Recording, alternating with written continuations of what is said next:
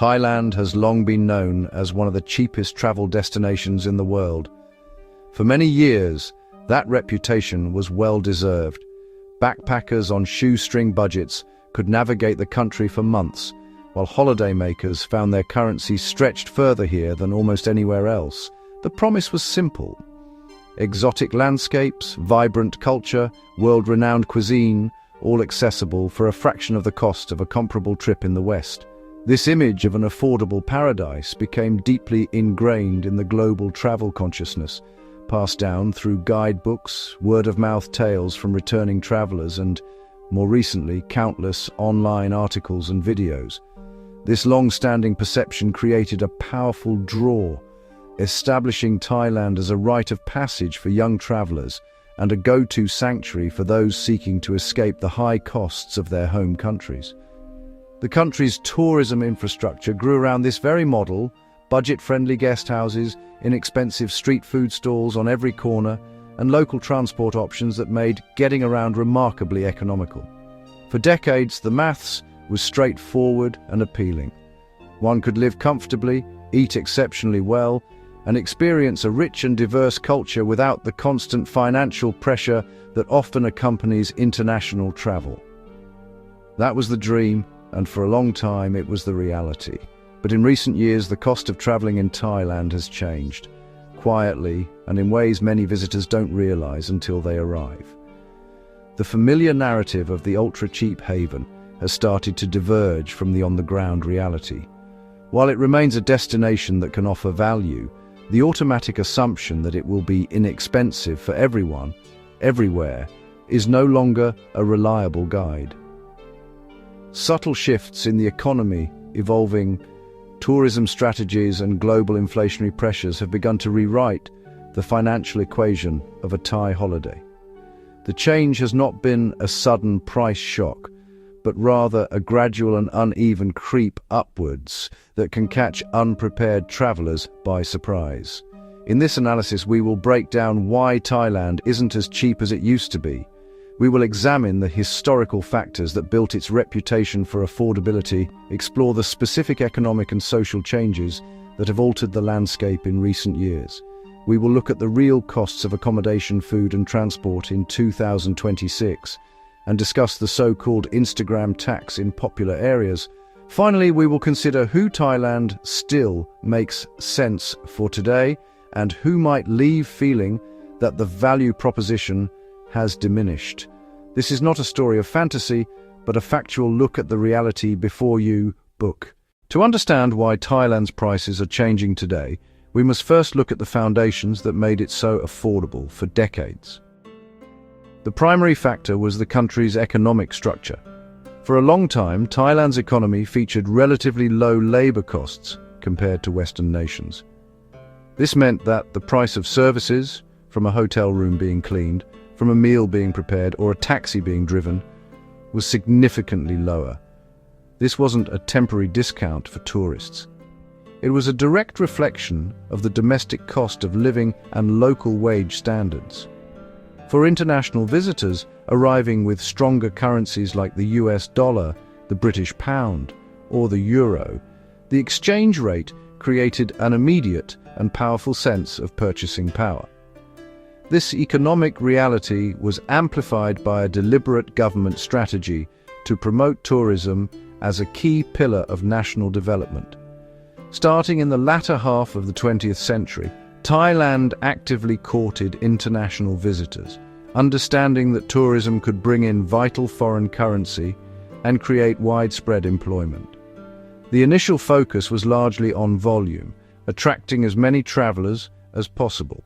This approach naturally favored the development of infrastructure that was accessible and affordable. The government supported the growth of a tourism sector that could cater to a broad spectrum of budgets, but the backpacker market and the mid-range market became the dominant force, shaping the country's travel identity for generations to come. Furthermore, the cost of fundamental goods, particularly food, was exceptionally low. Thailand's agricultural abundance meant that fresh ingredients were cheap and readily available year-round. This translated directly to the price of meals. A vendor selling noodle soup or fried rice from a simple street cart had very low overheads. The ingredients were inexpensive, the labor was their own, and the rent for their small space was minimal. As a result, delicious, high-quality meals could be sold for the equivalent of less than $1. This wasn't a tourist gimmick, it was simply the local economy at work, an economy that travelers were able to participate in directly, making daily expenses incredibly manageable. A visitor in the 1990s or early 2000s could find a simple, clean guesthouse room for just a few dollars, eat 3 full meals a day for less than 5, and travel across a province on a local bus for pocket change. This wasn't an exception, it was the norm. It was this deeply rooted structural affordability that cemented Thailand's reputation as the ultimate budget travel paradise, a status it would hold for many years. Building on this foundation of low costs, a unique and highly efficient ecosystem emerged, specifically tailored to the budget traveler. This was the golden age of the backpacker trail. Bangkok's Khao San Road, Chiang Mai, the idyllic islands of the Andaman Sea, and the Gulf of Thailand. Along this path, an entire infrastructure sprang up, driven by small, family-run businesses that catered directly to the needs and wallets of young, independent travelers. This network was the engine of Thailand's budget travel scene. Accommodation was the cornerstone of this ecosystem. Guest houses, simple bungalows. These were often family homes with a few rooms converted for guests, offering a basic bed, a fan, and often a shared bathroom. The prices were astonishingly low, with dorm beds available for $1 or $2 and private rooms for not much more. This wasn't just about saving money, it created a communal atmosphere where travelers could meet, share stories, exchange tips. The owners of these guest houses became local guides, offering invaluable advice that saved their guests both time and money, further reinforcing the sense of value. Transport was another critical element. While private taxis existed, the backpacker economy thrived on shared and public options. The local bus network was extensive, connecting even small towns for incredibly low fares. For longer journeys, overnight buses, trains. In the cities, the chorus of tuk-tuk drivers was ever present, and while negotiation was part of the game, the fares remained cheap. The rise of low-cost domestic airlines in the early 2000s was the final piece of the puzzle, making it possible to fly between Bangkok and Phuket or Bangkok and Chiang Mai for less than the cost of a train ticket in Europe. This entire system was self-reinforcing. The demand from budget travelers encouraged more small businesses to open, which in turn kept prices competitive. Information flowed freely, not through glossy brochures, but through handwritten signs, guest house notice boards, word-of-mouth recommendations. If a local restaurant offered a great meal for a low price, the news would spread like wildfire through the backpacker community. This created a market where value was the most important currency. Businesses that overcharged were quickly identified and avoided, while those that offered a fair price and good service thrived, creating a dynamic and responsive environment that consistently delivered on the promise of affordability. So, what exactly has changed? The first and most fundamental shift is within Thailand's own economy. The nation has experienced significant economic development over the past 2 decades. This is, by all measures, a positive story of progress. Wages have risen, the middle class has expanded, and the overall standard of living for many Thai citizens has improved. However, this domestic progress has direct consequences for the cost of travel. The low labor costs that once underpinned the affordability of services are no longer as low. A hotel cleaner now earns a higher wage. A chef now earns a higher wage. A tour guide now earns a higher wage. And that increased cost is inevitably passed on to the consumer, which in the tourism sector means the traveler. This internal economic growth has also been accompanied by a gradual strengthening of the Thai baht. While currency exchange rates fluctuate, the long-term trend has seen the baht hold its own and at times gain considerable strength against currencies like the US dollar and the British pound. The days of exchanging a small amount of foreign currency for a huge stack of baht are largely over. Today, the purchasing power advantage for Western visitors is less pronounced. While Thailand may still be cheaper than their home country, the gap has narrowed significantly, making the daily cost of travel feel noticeably higher than it did 10 or 20 years ago. The psychological effect of feeling rich upon arrival has diminished. Furthermore, rising land and property values, particularly in prime tourist locations, have had a major impact. The plot of land on a Phuket beachfront that once hosted a simple family-run bungalow operation is now immensely valuable. This has led to many smaller, budget-friendly establishments being sold and redeveloped into more profitable high-end resorts and condominiums. The cost of renting a space for a restaurant or a shop in a popular area like Chiang Mai's Old City or near a popular Bangkok BTS station has also soared. This increase in overheads for businesses means they have no choice but to raise their prices simply to remain viable. Finally, like the rest of the world, Thailand has not been immune to global inflation. The cost of fuel has increased, imported goods have increased, raw materials have increased. This affects everything from the price of a domestic flight, which is tied to jet fuel costs, to the price of a meal that uses imported ingredients. Even local farmers and producers face higher costs for fertilizer and transport, which trickles down to the price of food in the market. These inflationary pressures, combined with rising wages and a stronger currency, have created a new economic baseline. The fundamental cost structure of the country has shifted, and the era of extreme affordability is a direct casualty of this national progress. Alongside the organic economic changes, there has been a deliberate and strategic shift in Thailand's tourism policy. For many years, the government's focus was on attracting the maximum number of visitors, with success measured in arrival numbers. This more is more approach naturally favored the budget end of the market. However, in the years leading up to the pandemic, and especially in its aftermath, the strategy has evolved. The new focus is on attracting high-value or quality tourists, visitors who spend more per day, stay in more luxurious accommodation, and engage in higher-cost activities like wellness retreats, yachting, and fine dining. This strategic pivot is visible across the country. There has been a surge in the development of luxury hotels, branded residences, and high-end international resorts, often with investment from major global chains. Destinations like Phuket and Koh Samui, once dotted with simple beach huts, are now dominated by 5-star properties, exclusive beach clubs, and Michelin-starred restaurants.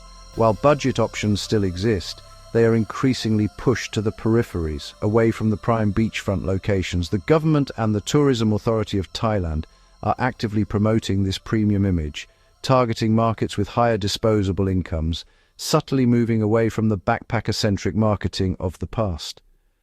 This top-down push for a more upmarket tourism sector has a ripple effect. It changes the expectations and the overall atmosphere of a destination. When a new luxury resort opens, it often brings with it a cluster of complementary high-end businesses, chic cafes, boutique shops, and expensive tour operators. This can drive up prices in the surrounding area, creating a phenomenon where even local independent businesses adjust their pricing to align with the new, wealthier clientele. The Instagram tax we will discuss later is a direct byproduct of this trend, where the aesthetic and perceived exclusivity of a place become part of the price tag. Furthermore, there is now a greater emphasis on regulation and standardization within the tourism industry. While this has positive effects such as improved safety standards and better environmental protections, it also adds to the cost of doing business. Stricter licensing requirements for tour guides, boat operators, and guest houses mean higher compliance costs. For example, the informal, unregulated boat trips to islands of the past are now often replaced by fully licensed tour companies that must meet safety regulations and pay national park fees. These are necessary and responsible changes, but they contribute to the end of the freewheeling, ultra-low-cost environment that once defined Thai travel. Let's break down the tangible costs on the ground in 2025, starting with accommodation. This is often a traveler's single largest expense, and the area where the price shift is most apparent. The defining characteristic of Thailand's accommodation market today is its vast range. It is still possible to find a dorm bed in a Bangkok hostel for around 300 baht, or about $10. However, this is a noticeable increase from the $1 or $2 dorms of the past. A simple private room in a budget guest house might have cost 500 baht a decade ago. Now it often starts at double that price, especially when booked online through major platforms that add commission fees.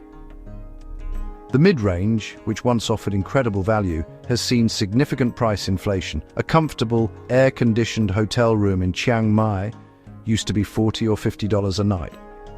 On the coast, same, now can easily command $80 to $100 or more during high season. This is a direct result of factors like rising land values, higher staff wages, and increased operating costs. Many properties have undergone renovations to appeal to more discerning clientele. They're adding better amenities, stylish decor, and more professional service. All of that is reflected in higher room rates. The value can still be there, but the price point has shifted upwards. At the top end, the sky is the limit. Luxury resorts and international five-star chains now let visitors spend several hundred or even thousands per night for a villa with a private pool. Example, Phuket. Example, Koh Samui. This luxury tier has expanded dramatically, catering to high-value tourists. That thriving high-end market pulls the mid-range up and sets a new ceiling for prices. It normalizes higher spending and changes perceptions of what a Thai holiday should cost. Booking trends have played a crucial role. The old spontaneity of walking from guest house to guest house is largely gone. Now, online booking platforms dominate. They often use dynamic pricing algorithms that push up rates in high demand. Many travelers prefer everything booked in advance, secure, but it removes bargaining and last-minute local deals. As a result, the average price tourists pay is systemically higher than in the era of walk-in bookings and cash payments. Food is another area where the story of cost has become more complex. The good news is that Thailand remains a paradise for affordable, delicious food, but only if you know where to look. The classic Thai street food experience is still very much alive and offers exceptional value. A bowl of boat noodles, a plate of pad krapao with rice, a fresh fruit smoothie from a local street-side stall can still be found for between 40 and 80 baht, or roughly $1 to $2.50. Eating this way, as most locals do, allows a traveler to keep their daily food budget incredibly low, easily under $10 for 3 full and satisfying meals. However, the moment you step away from the street stall and into a restaurant designed for tourists, the prices change dramatically. In these establishments, the same dish of pad thai that costs 60 baht on the street might be priced at 180 or even 250 baht. More comfortable seating, air conditioning, English language menus, a more polished presentation, but the price increase is often disproportionate to the added value. This is the clearest example of the two-tiered pricing system, not an official policy, but a market reality that separates local dining from tourist dining. Unwary travelers can easily find themselves spending 3 or 4 times more than necessary for every single meal. The rise of international cuisine and cafe culture has added another layer of expense. Italian restaurants, Australian-style brunch cafes, specialist coffee shops. While they offer a taste of home, they also come with Western-style prices. A flat white and avocado toast breakfast can easily set you back 400 or 500 baht, or around $15, a significant expense in the context of a Thai budget. This diversification of the food scene provides more choice, but it also provides more opportunities for travelers to spend far more than they might have anticipated. Even the food courts in modern shopping malls, once a reliable bastion of cheap and authentic eats, have seen prices creep up. While still offering better value than most tourist restaurants, the average cost of a dish has risen. reflecting higher rental costs for the vendors within these prime retail spaces. The overall picture for food in 2025 is one of choice and consequence. It is entirely possible to eat very cheaply and very well, but it requires a conscious effort to seek out local eateries and resist the convenience of the more visible and more expensive tourist-facing establishments that now dominate the main streets of popular destinations. Despite the rising costs, Thailand can still offer outstanding value for a specific type of traveler. The first group, classic, budget-conscious backpackers, provided they travel with the right mindset. They embrace local living. They sleep in hostel dorms or in simple fan rooms in guest houses away from the main tourist drags. They master local bus routes, eat at street carts, browse bustling local markets, and prioritize authentic experiences over curated photo ops. For these travelers, the core of cheap Thailand still exists, albeit with slightly higher prices than a decade ago. The second group, long-term visitors, digital nomads, and slow travelers, by staying in one place for a month or more, they can unlock significant savings on accommodation. Renting a simple apartment or a small house on a monthly basis is vastly cheaper than paying the nightly tourist rate. This longer-term approach lets them discover truly local restaurants and markets where prices are not inflated. They have the time to build routines, shop at supermarkets, and even cook for themselves occasionally, drastically reducing daily expenditure and integrating into the local community. Small groups or families who are flexible with their travel dates can also find great value. By consciously avoiding peak season, which typically runs from December to February, they can sidestep the highest prices for flights and accommodation. Traveling during the shoulder seasons, April to June or September to November, can yield discounts of 30 to 50% on hotels. This requires careful planning and a willingness to potentially deal with hotter weather or some rainfall, but the financial savings can be enormous. These travelers understand that value in Thailand is no longer a given. It must be actively sought through strategic timing and planning. Finally, travelers who prioritize experiences over luxury will still feel their money goes a long way. If the goal is to learn to dive, take a Thai cooking class, or spend weeks exploring national parks, the cost of these activities in Thailand remains highly competitive compared to most other places. A paid open water diving certification, for instance, is still significantly cheaper to obtain in a place like Koh Tao than it would be in the Caribbean or Australia. For these experience-driven visitors, the higher cost of a hotel room or a fancy meal is a secondary concern, as the primary purpose of their trip still represents a fantastic bargain on a global scale. On the other side of the coin, there are several types of travelers who may arrive in Thailand in 2025 and feel a sense of disappointment, or even that they have been misled by its outdated reputation. The first and largest group are short-stay holidaymakers who head straight to the most famous hotspots: Patong in Phuket, Chaweng in Koh Samui, the center of Ao Nang in Krabi. Those planning a 1 or 2 week trip exclusively to those places are likely to experience the highest prices the country has to offer. They'll be in a bubble where nearly every restaurant, shop, tour is priced for maximum tourist extraction, and they may leave wondering where the famed affordability ever was. First-time visitors with unrealistic expectations are also at risk. If their image of Thailand is based on 20-year-old guidebooks or stories from friends who backpacked here in their youth, the reality of 2025 will come as a shock. They might arrive expecting $5 beach bungalows, $1 pad Thai, but find $50 hotel rooms, $10 meals. Without context about the country's development, this feels like a bait and switch. They're not in an expensive country per se, they're in a country far more expensive than they imagined. Another group who'll feel the pinch are families or couples who prioritize convenience and comfort. If they only use private taxis or ride-hailing apps, book excursions through the hotel concierge, and eat only in air-conditioned tourist restaurants, their budget evaporates fast. Each transaction can seem reasonable, but the cumulative effect is substantial. They're paying a premium to bypass the local way of doing things. The convenience tax over 2 weeks can make the trip anything but budget. Lastly, travelers building itineraries around social media trends may find poor value. They'll pay the Instagram tax at every turn, entrance fees, photogenic cafes, premium long-tail boats to famous coves.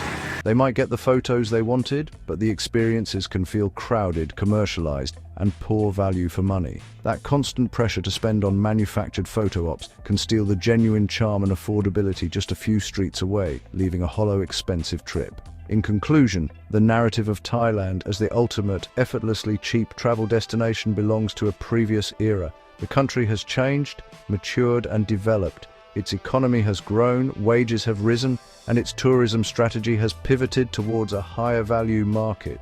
This is not a negative development for Thailand itself, but it is a reality that every prospective visitor must now contend with. The automatic assumption of rock-bottom prices has been replaced, where value is no longer a given, but a direct result of conscious and informed choices. The perception of whether Thailand is still cheap in 2025 will depend entirely on your approach. For the holidaymaker who stays in mainstream resorts in Phuket, eats exclusively in tourist-facing restaurants, and relies on private transfers, the country may indeed feel surprisingly expensive. If you arrive with the expectation of 1990s prices, but follow a 2025 tourist trail, disappointment is almost inevitable. The fantasy of an ultra-cheap paradise collides with the reality of a modernizing nation, and the resulting experience can feel like a poor value proposition. However, for the traveler who plans strategically, the country can still offer remarkable value for money. By traveling during the shoulder seasons, choosing accommodation a little further from the epicenters of tourism, embracing local street food and using public transport, the costs can be kept remarkably low. Thailand continues to provide a wealth of affordable, world-class experiences, from its stunning natural landscapes to its rich cultural heritage. The key is to arrive with realistic expectations and a willingness to step just slightly off the most beaten path. The affordability is still there, but it is now found in the side streets, not on the main promenade. Ultimately, Thailand's value has not vanished. It has simply become more conditional. It rewards research, planning, and a spirit of local immersion. The country remains a profoundly beautiful and welcoming destination, but it asks more of the modern traveler to look beyond the outdated myths and engage with the country as it is today. Facts, not fantasy, should be your guide. If you understand the new landscape and plan accordingly, you will find that Thailand can still deliver a rich and rewarding journey that feels like money very well spent. If you found this analysis helpful, please consider subscribing for more realistic travel breakdowns.